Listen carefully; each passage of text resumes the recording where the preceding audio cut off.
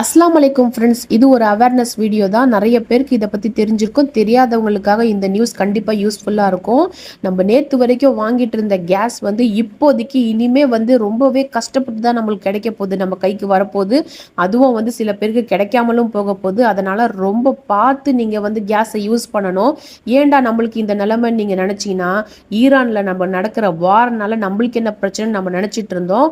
ஆனால் நம்மளுக்கும் பிரச்சனை ஸ்டார்ட் ஆகிடுச்சு. ஈரானில் நடக்கிற போருக்காக நம்மளுடைய இந்தியாவுக்கு வரக்கூடிய கேஸ் ஆயில் சப்ளை எல்லாமே ஸ்டாப் பண்ணி வச்சிருக்காங்க. பெங்களூர்ல எல்லாம் ஹோட்டலும் க்ளோஸ் பண்ணிட்டாங்க. கமர்ஷியலாக கிடைக்கக்கூடிய எல்லா கேஸும் ஸ்டாப் பண்ணிட்டு டொமஸ்டிக்காக இப்போதைக்கு வீடுங்களுக்கு கிடைக்கிற கேஸ் மட்டும் தான் கிடைச்சிட்டு இருக்கு. அதுவும் லிமிடெட் ஸ்டாக் மட்டும் தான் இருக்கிற வரைக்கும் தான் கொடுத்துட்டு இருக்காங்க.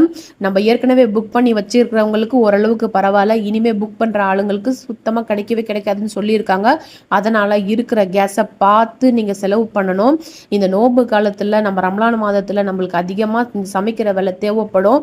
அதனால இல்லாதவங்களுக்கும் கொஞ்சம் பார்த்து இந்த நேரத்தில் ஹெல்ப் பண்ணுங்க.